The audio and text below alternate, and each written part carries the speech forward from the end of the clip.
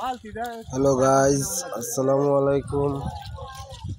দেখুন, আজকে আমরা এই খাল থেকে, খাল বলতে নতুন রাস্তা তৈরি করা হয়েছিল, ওই রাস্তার পাশে যে মাটি নেওয়া হয়েছিল, ওই মাটি পরে আর কি এখানে একটু খালের মতো হয়ে গেছে। ওই খালে অনেক কচুরি পানা জন্মেছিল, অনেক দিন ধরে এখানে পানি জমে আছে। তো এখানে কিছু মাছও আছে, তাই আমরা মাছ ধরার জন্য কচুরি পানা পরিষ্কার করে তারপর এখান থেকে আর কি মাছ ধরবো। তো ওই মাছ এখন মাছ আছে, অল্প মাছ তো তাই দেখা যাচ্ছে না। যাই হোক, আপনারা এই ভিডিওটি দেখেন।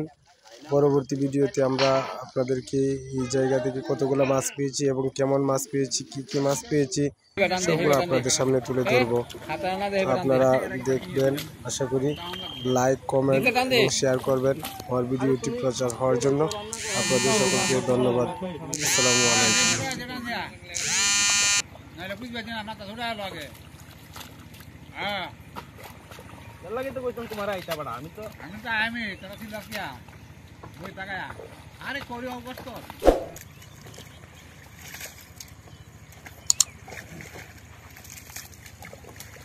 আলগা সব ডাল